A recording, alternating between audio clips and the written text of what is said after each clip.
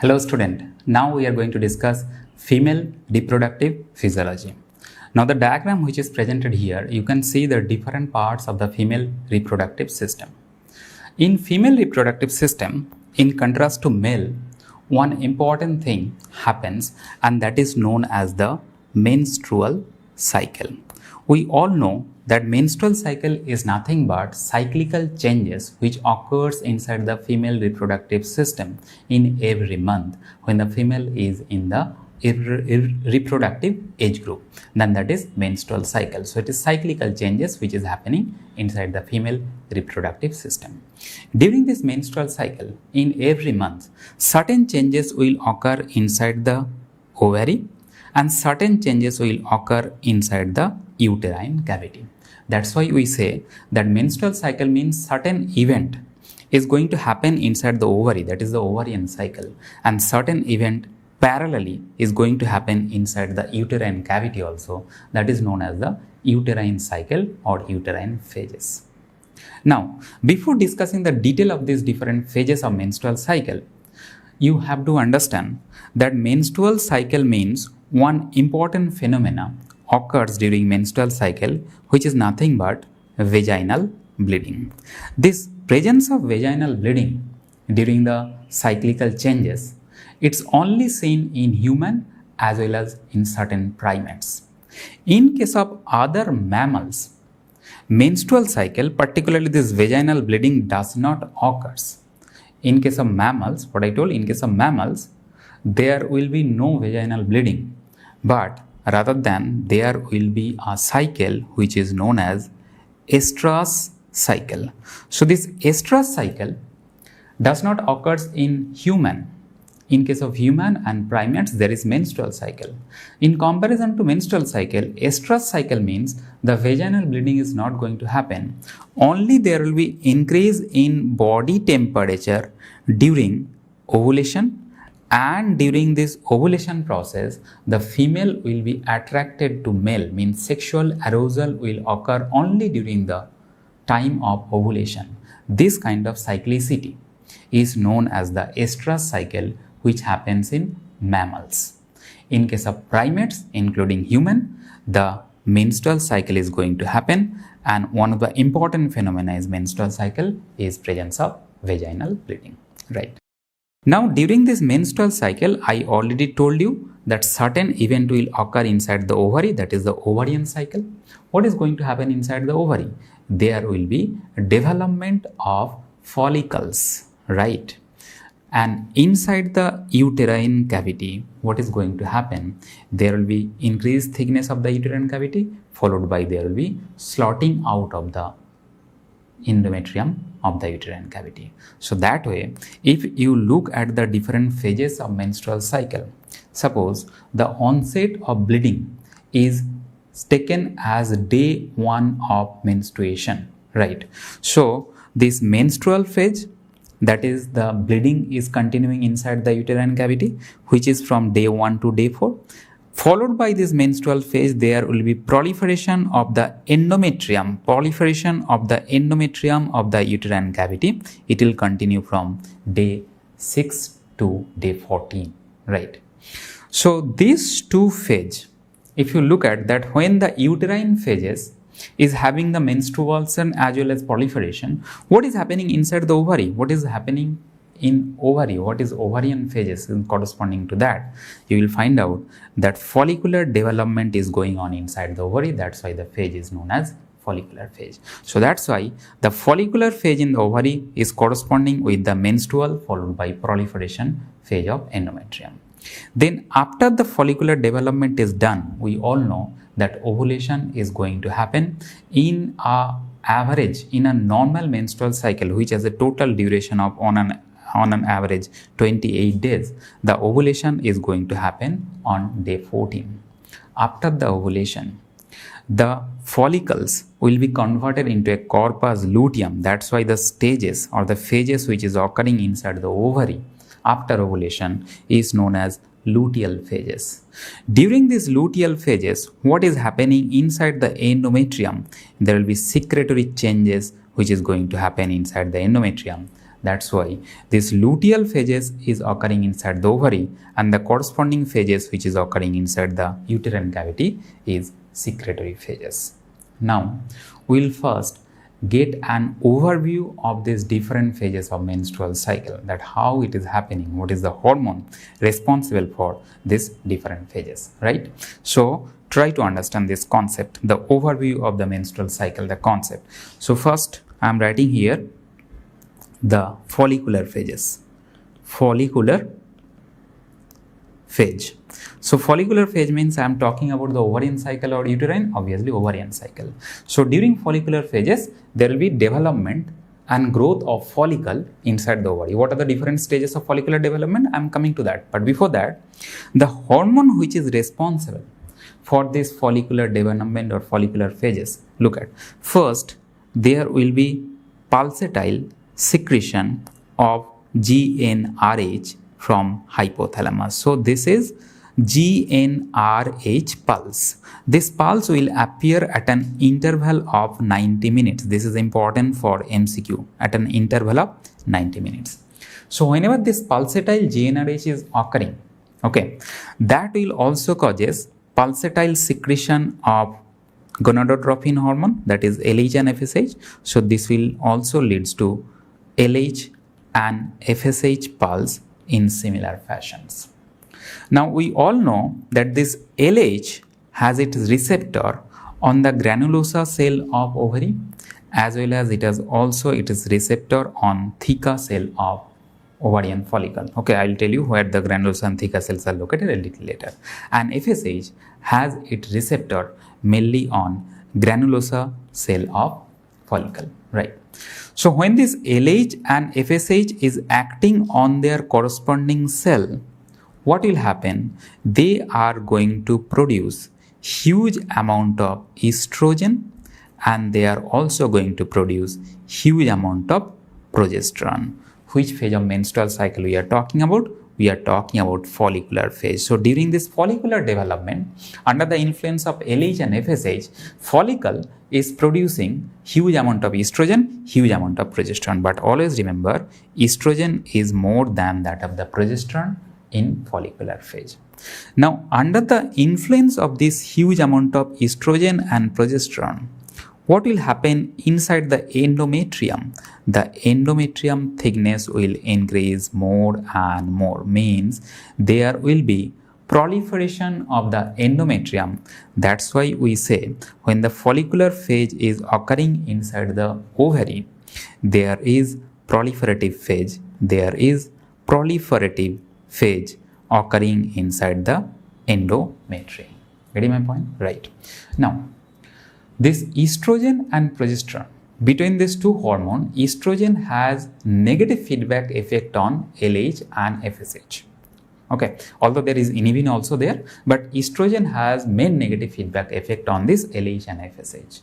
But when the estrogen concentration is very, very high, and if this high concentration is more than 300% of normal, suppose your normal level of estrogen, if the estrogen level in your blood is so high that it is more than 300% of normal value, and if this high value is persisting for 2 days, then what happens?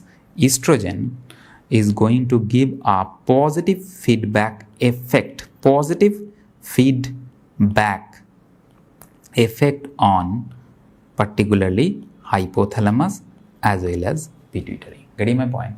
So throughout the phases of follicular phase or proliferative phase, whatever you say, estrogen has negative feedback. Not only follicular phase, even you think of the secretory phase, the estrogen has negative feedback effect on hypothalamus and pituitary. But if the estrogen level is very, very high and progesterone level is very, very low, progesterone level is low, estrogen level is very high. How much higher? It should be more than 3% higher. And if this high value is persisting for more than 2 days, then pituitary will change its sensitivity for this estrogen, and estrogen will give a positive feedback effect on hypothalamus as well as pituitary. Whenever estrogen is giving positive feedback effect on LH and FSH, I can easily understand that this positive feedback means there will be huge amount of secretion of LH. This is known as LH surge. We all know that huge amount of secretion of LH is nothing but known as LH surge. Whenever LH surge occur, there will be certain change at the level of the follicle which is present in the ovary, and due to which the follicle will rupture, and that will leads to the important significant phenomena that is known as ovulation, right? Now whenever ovulations occur, right, the follicle which was developing inside this ovary, the follicle has ruptured and it has releases the ovum. Now this ruptured follicle is known as corpus luteum. There will be changes inside this follicle, and that is known as corpus luteum. Whenever there is formation of the corpus luteum inside the ovary, this phase is known as the luteal phase of menstrual cycle. Now, in case of luteal phase of menstrual cycle, corpus luteum is going to form hormones, but the main hormone which is going to produce from corpus luteum is nothing but progesterone. So it will going to secrete huge amount of progesterone and little amount of estrogen. So look at the developing follicle is secreting the same two hormones, estrogen and progesterone. But when the follicular development is going on, it is more estrogen is produced. But when the follicle is ruptured, corpus luteum is formed. Corpus luteum is forming more amount of progesterone and lesser amount of estrogen. This development or this generation of the estrogen and progesterone at the level of corpus luteum phase is done by hormone LH, right? So LH is basically maintaining the corpus luteum. It is stimulating the corpus luteum, and corpus luteum is forming huge amount of progesterone. When progesterone level is very high in comparison to estrogen, this positive feedback effect is not going to persist. Now this will convert into negative feedback, right? So I told you that for positive feedback, what you require huge amount of estrogen, lesser amount of progesterone. But when progesterone is high in comparison to estrogen, now the estrogen is not going to give positive feedback on hypothalamus pituitary. Now the estrogen is going to give negative feedback on pituitary. And whenever there is negative feedback, I can understand that the secretion of LH and FSH is going to decrease. We are mainly concerned in LH secretion decrement. Whenever the LH secretion is decreased, what will happen to corpus luteum? Corpus luteum was maintained by LH. When the LH is less due to this negative feedback, what will happen? Now the corpus luteum is going to die. Now the degeneration of the corpus luteum, will start. And this degeneration will start 4 days before the onset of next menstruation. 4 days before the onset of next menstruation. So gradually the LH level will decrease and corpus luteum is degenerating. Whenever the death of corpus luteum occur, now there will be death of corpus luteum. Whenever there is death of corpus luteum, what happens? The progesterone level will be very less. If there is loss of progesterone, then what happens? The endometrium, is supported by this progesterone. Progesterone causes changes in the endometrium. Whenever progesterone is less, the endometrium will not get any support. So there will be degenerative changes in the endometrium of uterine cavity. There will be necrosis in the superficial layer of the uterine cavity, and because of the necrosis, there will be slotting out of the endometrium, and that is nothing but known as menstruations. Getting my point? So this way, the whole menstrual cycle is going on, right? So whenever your corpus luteum is dead, there is no support for the endometrium, and there will be degenerative changes in the endometrium, there will be necrosis in the endometrium, and endometrium will be slotted out, and that is nothing but menstrual blood, right? So this way I can understand that corpus luteum survival is very, very important. And how many days the corpus luteum is going to survive? The total lifespan of corpus luteal cell is nothing but 14 days. Corpus luteum survive for 14 days only, right? So whenever the corpus luteum is dead, progesterone secretion will be very, very low. And whenever progesterone secretion is very, very low, endometrium will be slotted out. Okay, and that is nothing but your menstruation. But you know that if the fertilization occurs, okay, you have to remember that if fertilization occurs, so the ovum which has been released during the process of ovulation, if that is fertilized by a sperm, if the zygote is formed, then the corpus luteum will survive. The corpus luteum will survive, right?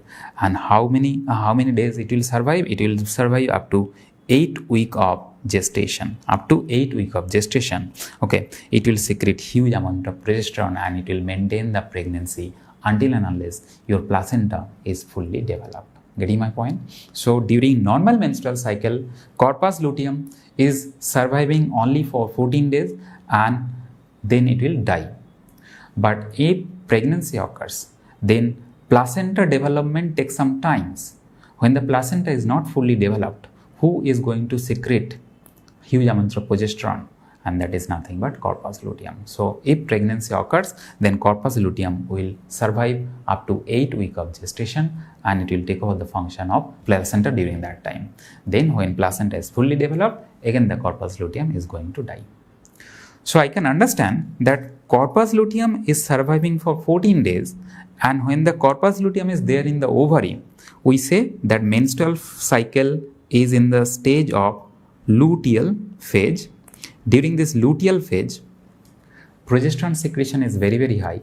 Under the influence of progesterone, the changes which occurs in the endometrium is known as secretory changes. That's why the luteal phase in the ovary is proportionate to the secretory phase at the level of endometrium. That's why we say that follicular phase is proportionate to this proliferative phase. Follicular phase is proportionate to the proliferative phase, but this luteal phase is proportionate to the secretory phase at the level of endometrium. Getting my point?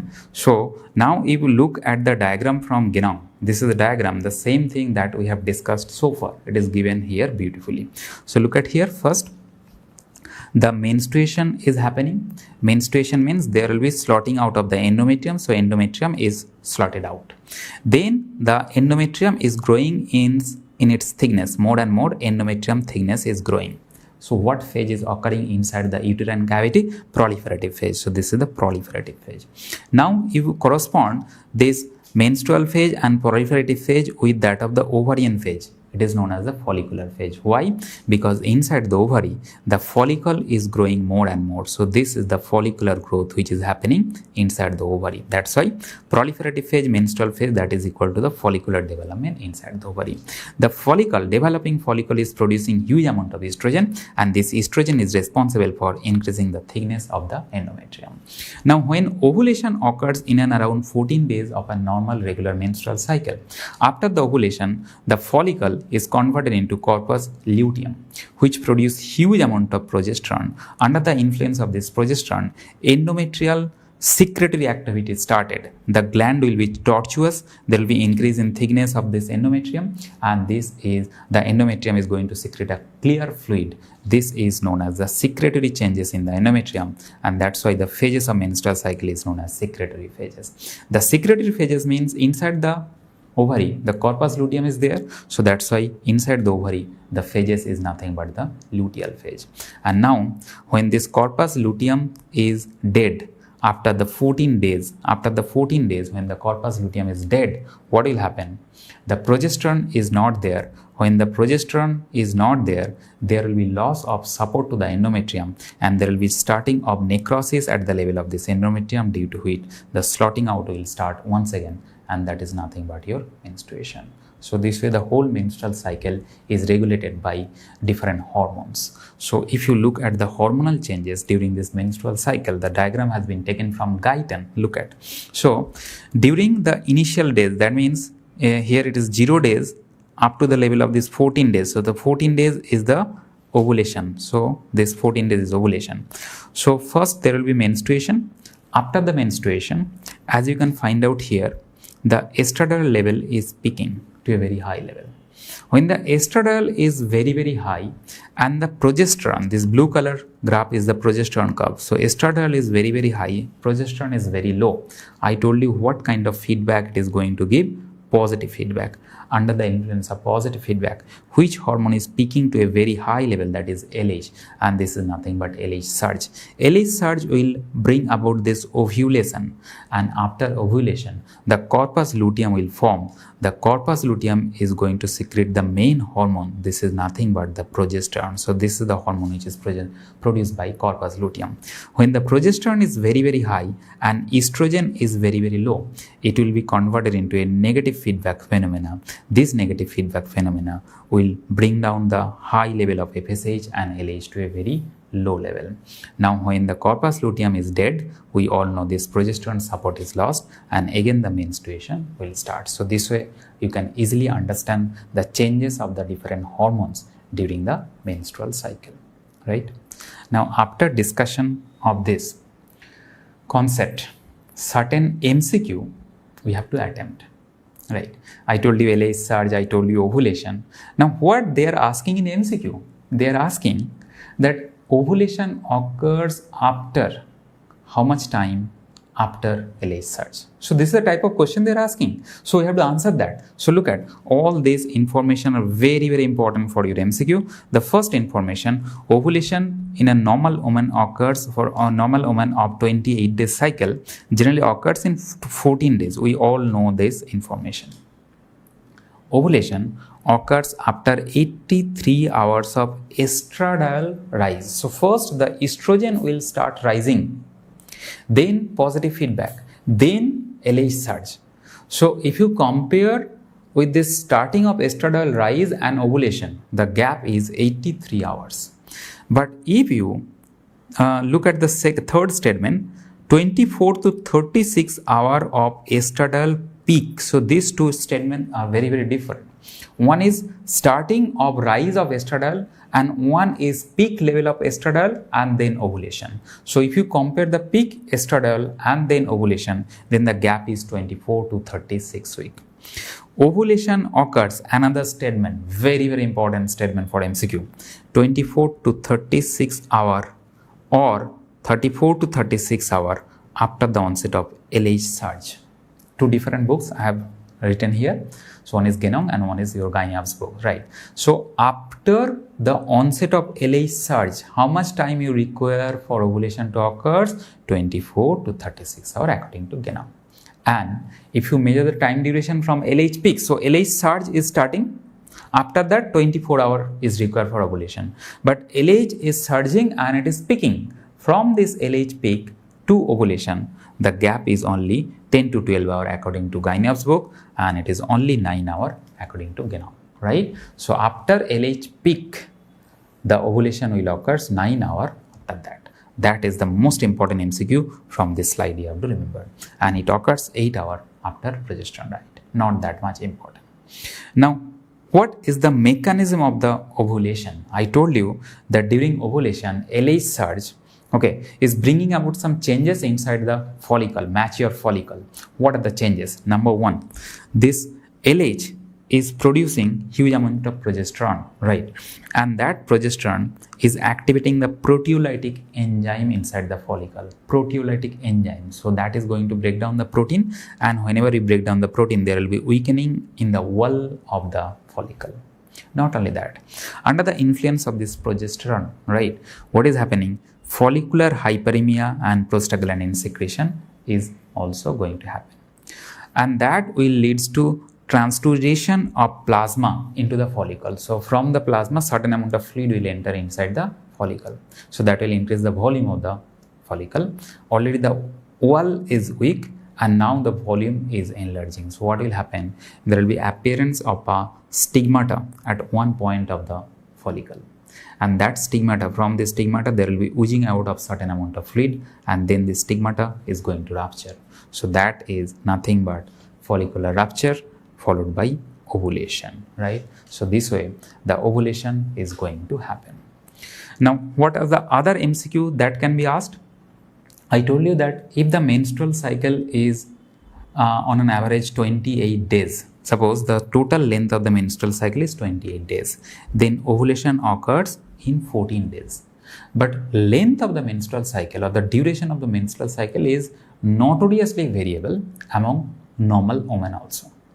So suppose the total menstrual cycle duration in an woman is 24 days rather than 28 days. Then when ovulation will occur, please remember that the length of the secretory phase or length of the luteal phase is fixed. Why?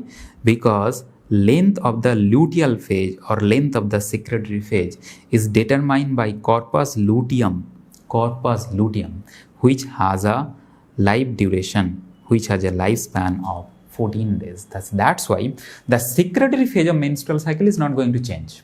That is 14 days. Okay, the luteal phase of menstrual cycle is not going to change. That is 14 days. So if there is length change, there is alteration in the total days of menstrual cycle, then it is the follicular phase, it is the menstrual phase which is going to change. So that's why if you subtract 24 minus 14, then it is the 10 days where the ovulation is going to happen. Similarly, if a reproductive age group female has a menstrual cycle interval days or menstrual cycle duration of 30 days, so 30 minus 14, then it is the 16 days when ovulation is going to happen. So this way, the days for ovulation is calculated, keeping in mind that secretory phase length is fixed, right? During menstruation, I told you that there will be slotting out of the endometrium from the uterine cavity. What is the mechanism of this menstruation? I told you a little bit, but here it is, detailed version is written. When the corpus luteum is regress, lower plasma level of progesterone means no longer support of endometrium is there. And this will leads to, there will be appearance of foci of necrosis at the level of endometrium. This necrosis will coalesce with one another, and that will ultimately leads to spasm of the spiral artery, and that will ultimately leads to hemorrhage and menstrual blood flow, right? So this is the mechanism of menstruation. Now, after discussing this overall phenomena, we have to now discuss that inside the ovary, when follicular development is going on, the ovum is also maturing inside the ovary.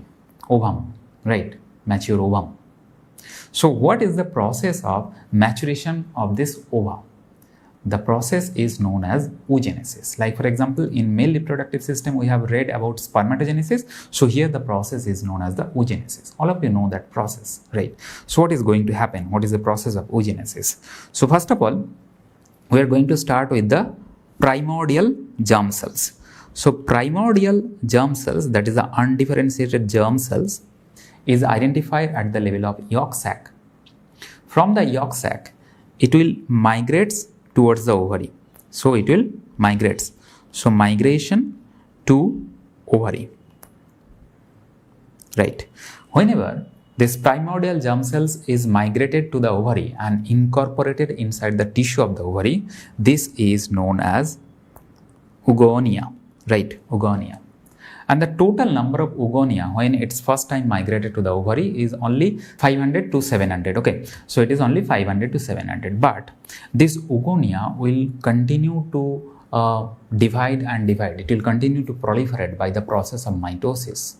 Okay, and due to this proliferation, there will be increase in number of oogonia to 6 to 7 million in and around 20 weeks of gestation. So in and around 5 months of gestation, the total number of oogonia due to the process of mitosis is 6 to 7 million. Still it is oogonia, right? Still it is oogonia, and it has completed multiple cycle of mitosis, right? Multiple cycle of mitosis is completed.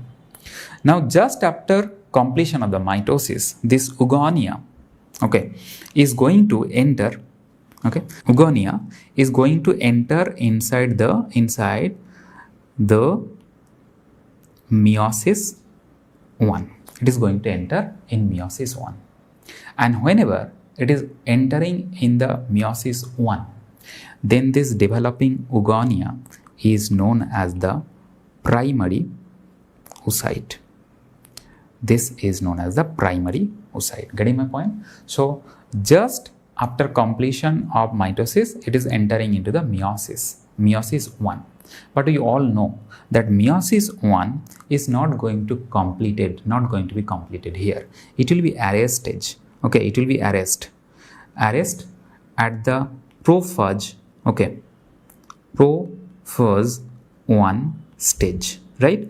So just remember like this, that oogonia is proliferating, and the maximum number of oogonia in the ovary in and around 20 weeks of gestation, and the number is 6 to 7 million. After that, no further increment of oogonia number is going to happen in ovary, right? Rather than increase, now it will start decreasing, I will tell you. But just after completion of mitosis, it is going to enter in the meiosis 1. But meiosis 1 will not be completed, because soon after entering, the meiosis will be arrested at the stage of prophase 1, right? And this arrest will continue at the point of birth also, as well as up to the level of puberty also. So I am writing here the meiosis 1, okay, meiosis 1, okay, will start once again at the level of puberty. At the level of puberty, it will complete the meiosis 1. I'll tell you, just hold on. So the primary oocyte is formed. So this primary oocyte, okay, number is 6 to 7 million at 20 weeks of gestation. Now this number is going to decrease. So now when you are looking at point of birth, the total number of primary oocyte which is present is 1 to 2 million. 1 to 2 million. There will be atresia of some of the follicle. So atresia of some of the primary oocyte. So I can understand that at the point of birth, if I start from here, there is only 1 to 2 million primary oocyte is there. This primary oocyte, okay, is already arrested in prophase 1. Now it will reach at the level of puberty. At the point of puberty, there will be further loss of this primary oocyte, and the total number of oocyte which is present in and around 3 lakh. So 3 lakh primary oocyte is present at the level of ovary at the time when the puberty is starting, right? After that, what is going to happen? I am coming to that. But before that, when oogonia reaches at the level of ovary, it is not alone. This oogonia will be surrounded by a single layer of granulosa cell of ovary, and this is known as the primordial follicle. Then when primary oocyte is formed, then this primary oocyte will be surrounded by multiple layer of the granulosa cell, okay, and this is known as primary follicle. Getting my point? Primary follicle. So I can understand that this primary follicle will also be present at the level of primary follicle is present at the level of puberty also, because further development of primary follicle is not going to happen from this intrauterine age up to the level of puberty. No development of this primary follicle is going to happen, right? So at the point of puberty, ovary contain primary follicle. The number is around 3 lakhs, and inside this primary follicle, the primary oocyte is there. Under the influence of LH and FSH during the puberty, what will happen? Now this meiosis will start once again. So meiosis was already in arrest stage condition, right, in prophase 1. Now it will complete meiosis 1. Whenever it completes the meiosis 1, what will happen? The secondary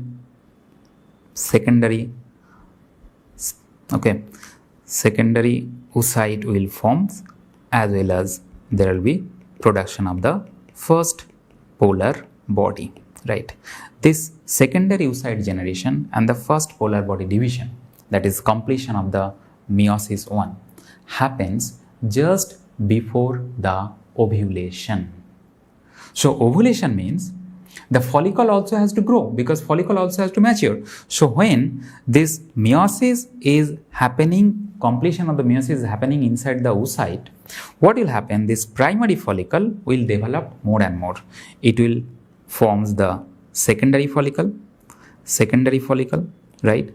Then the secondary follicle will be converted into antral follicle. Inside the follicle there will be generation of a cavity, and then it will be converted into mature follicle. The mature follicle is also known as Graafian follicle. So inside this Graafian follicle, this secondary oocyte and first polar body is there. Whenever this mature Graafian follicle or Graafian follicle is ruptured, the ovulation will occur. Ovulation means in which stage the oocyte is discharged, that is nothing but in secondary oocyte condition as well as first polar body. Now after this first polar body is going to be degenerated, and the secondary oocyte will enter into the further development or further, so it will enter into meiosis 2, right? But again, just after entering into meiosis 2, the meiosis will be arrested again. There will be arrest of meiosis again in the stage of metaphase. So meiosis 2 will be arrested again at metaphase stage. This completion of meiosis 2 is only possible after fertilization. After fertilization means after the ovulation. Okay, so the ovum is released in which stage? In the stage of secondary oocyte, which has entered into the meiosis 2 but arrested in metaphase, right? So that meiosis 2 will be completed only after fertilization. So whenever fertilization occurs, meiosis 2 will be completed and the zygote is going to forms, right? So this way you have to understand that the development of follicle is going on inside the ovary, and inside that ovary the ovum is also going for maturation. So what are the different stages? What we have described already, that same thing has been given in Guyton. Look at here. So primordial germ cells entering in the ovary, and it is known as oogonia, right? It is known as oogonia. Now this oogonia is surrounded by a single layer of granulosa cell, and that is known as primordial follicle. I told you already. Now when this oogonium is converting into primary oocyte and arrested in metaphase 1, it is surrounded by multiple layer of the granulosa cell, and that is known as primary follicle. And it is occurring at which point of time? It is occurring at the point of birth. So at the point of birth, inside your ovary, 1 to 2 millions of primary follicle is there. Inside this primary follicle, which is present inside this primary follicle, there is presence of primary oocyte. Now this meiosis 1, which was arrested here, this arrest will only open up at the point of puberty. So whenever puberty is started, this meiosis 1 will be completed. Whenever meiosis 1 is completed, there will be generation of the first polar body and secondary oocyte. This secondary oocyte and first polar body formation is occurring inside the pre-ovulatory or mature follicle. Getting my point? So this is occurring inside the mature follicle. So whenever this mature follicle rupture, this secondary oocyte is going to be discharged as ovulation. So the secondary oocyte is going to be discharged. Then I told you that this secondary oocyte has already entered in the meiosis 2, but that is again arrested at the phase of metaphase, and that arrest will only open up when the sperm is fertilizing the ovum, and the completion of the meiosis will leads to generation of the secondary polar body and zygote. So this way the development of ovum is happening inside the ovary, and the follicle generation and maturation is also occurring there, right? So this same thing has been given in diagram in Guyton, where you can find out that this is the primordial follicle. The primordial follicle will further develop into primary follicle. So this is primary follicle. In every month, 6 to 12 primary follicle will be recruited. At the beginning of the menstruation, I am talking about. So from the 3 lakh primary follicle which are there at the level of ovary at the point of puberty, from this 3 lakh, only 6 to 12 will be taken out, recruited. And from this 6 to 12, only one is going to be developed as Graafian follicle. Rather, other will regress by the process of apoptosis.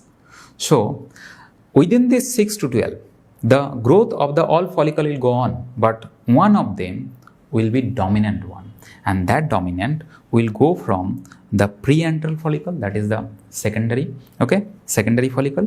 From there will be antral follicle. From there will be mature follicle. The mature follicle is also known as pre-ovulatory follicle or Graafian follicle, which contain the ovum in the secondary oocyte state. Then there will be ovulation, and this ovum is going to be discharged. After the ovulation, we all know that there will be degeneration, there will be deposition of the lipid. Because of the deposition of the lipid, the follicle will get an appearance of yellowish in color, and because of that we use the terms corpus luteum. There will be luteinization of the follicle due to deposition of the lipid inside it, right? So after the rupture, after the ovulation, the corpus luteum is formed, and then the corpus luteum will be degenerated and it will form the corpus albicans. So this is the follicular development which is happening inside the ovary. Okay, so now if you look at a single follicle, I want to see what are the cells are there inside that follicle. Single follicle, follicular development. So the same thing is given in this diagram. It is taken from a different book. So you can find out here primordial follicle, primary follicle, secondary follicle, okay, early tertiary follicle, and Graafian follicle or mature follicle. If I magnify this Graafian follicle, you can find out that there are multiple cell layers. Okay, the cell layers which are present surrounding this ovum, this is the inner cell layer, right? This is known as granulosa cell, right? Then the granulosa cell are surrounded by this layer of cell. Okay, so I will take a different color. The granulosa cell is surrounded by this layer of cell. Okay, this is nothing but our theca cell. So two cells, one is the granulosa cell and one is the theca cell. Although outside this theca interna, there is another cell layer also which forms the capsule basically, and that is known as the theca externa. But our main target is that what is the function of this granulosa cell and this theca cell? Because we have seen that during this follicular development, okay, what we have seen? We have seen that during this follicular development, follicle is going to produce two important hormones. One is estrogen and one is progesterone, right? But I told you already at the beginning of the discussion that when follicular development is occurring in proliferative phase or follicular phase of menstrual cycle, estrogen is produced more than progesterone. But when follicle is formed as corpus luteum, when the corpus luteum is formed, the corpus luteum is going to form more progesterone than estrogen. So why it is happening or how it is happening? That the same follicle, so the same granulosa cell, the same theca cell is there, but in one stage it is forming more estrogen and in other it is forming more progesterone. So to understand this, the theory that you have to understand is known as two-cell, two gonadotropin hypothesis. So two cells, theca cell, granulosa cell, two gonadotropin LH and FSH. Under this two gonadotropin, two cells, two hormones will be produced. One is estrogen and one is progesterone. So two cells, two gonadotropin, two gonadal hormone hypothesis. What is that hypothesis? Try to understand. I'll go back to this diagram once again. So I have this theca cell and I have this granulosa cell. Okay, granulosa cell. Which stage of menstrual cycle we are discussing? This is follicular phase of menstrual cycle. Now between these two cells, which cells are located on the surface of the follicle? Obviously theca cell. So the theca cell is located in the surface of the follicle. That's why the blood capillary, the capillary which is supplying the ovary, which are present inside the ovary, the capillary will be close to the theca cells. Why capillary is important? Because the theca or granulosa cell in combination they are going to form some steroid hormone, and the raw material for steroid hormone is nothing but cholesterol. So where from the cholesterol is going to come? The cholesterol is going to come from the blood vessels. So the theca cell will take up cholesterol from the blood vessels, and then this cholesterol will be converted into pregnenolones,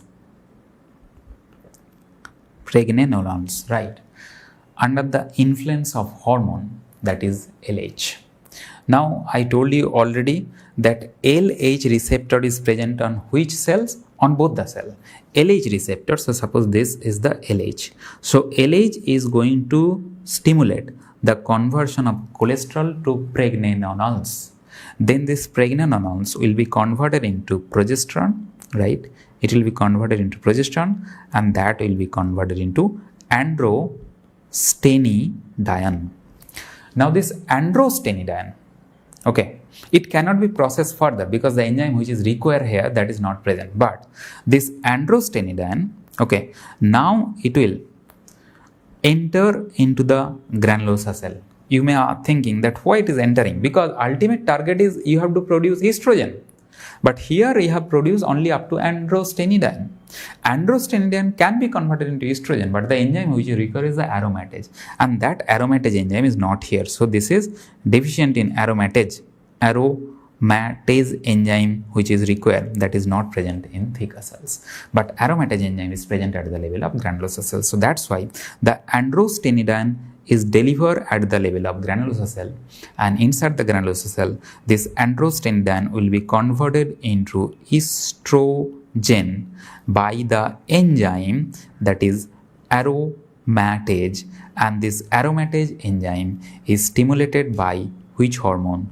That is nothing but FSH. So FSH stimulates this aromatase enzyme. Getting my point? So in the follicular phase, FSH is acting on granulosa cell. It is stimulating the aromatase enzyme. So aromatase enzyme is already ready, but you require androstenedione. Where from it is coming? It is coming from the thicker cells. Why thicker cells? Because thicker cell easily get the cholesterol from the blood. And who is helping? Which hormone is helping in this process? LH. So this way, this LH and FSH, both the gonadotropin is required for the production of estrogen. All the progesterone is already forms, but little amount of progesterone. Most of the progesterone will be converted into androstenedione, and that will be converted into estrogen. That's why I told you that estrogen production is much more than that of the progesterone production in follicular phase. Now you think of secretory phase or luteal phase of menstrual cycle. Luteal phase means corpus luteum is formed. Corpus luteum means this follicle has been ruptured, and because of the rupture of the follicle, the blood vessel has entered inside the follicle. What is the significance of this? When the blood vessel is entering inside the follicle, now this granulosa cell which is present inside, it will also get the blood vessel along with it. And already the blood vessel is present on the surface of the follicle. So now both the cell, whether it is thicker cell or whether it is granulosa cell, both are getting the blood vessel close to it.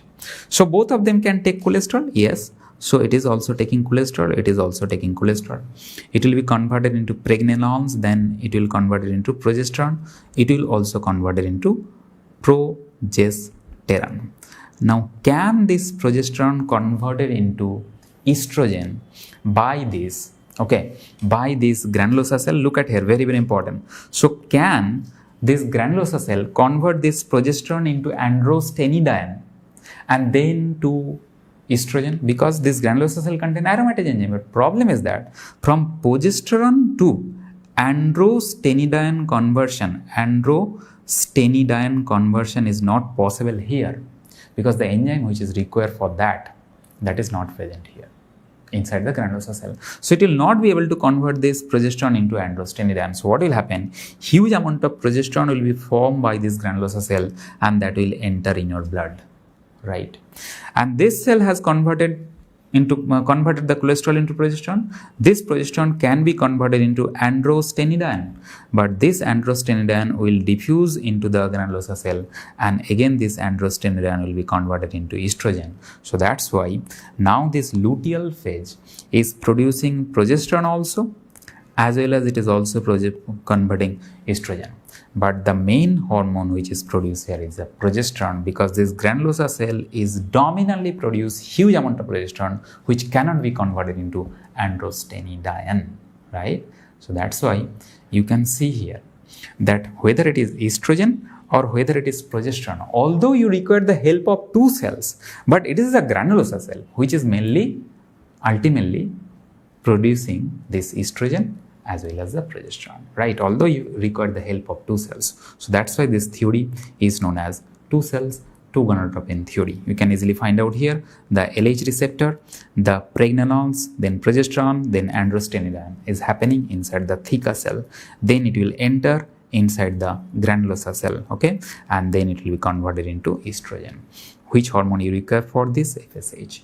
Now during the luteal phase, this LH will also stimulate the granulosa cell and the cholesterol will be converted into progesterone. Progesterone level will be very high in the blood. So this way, I hope now you understood that why the developing follicle is producing more estrogen, but the corpus luteum is forming more progesterone.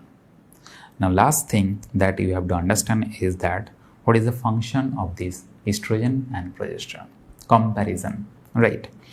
So natural form of estrogen is 3. So estradiol is E2, estrone is E1 and estriol is E3.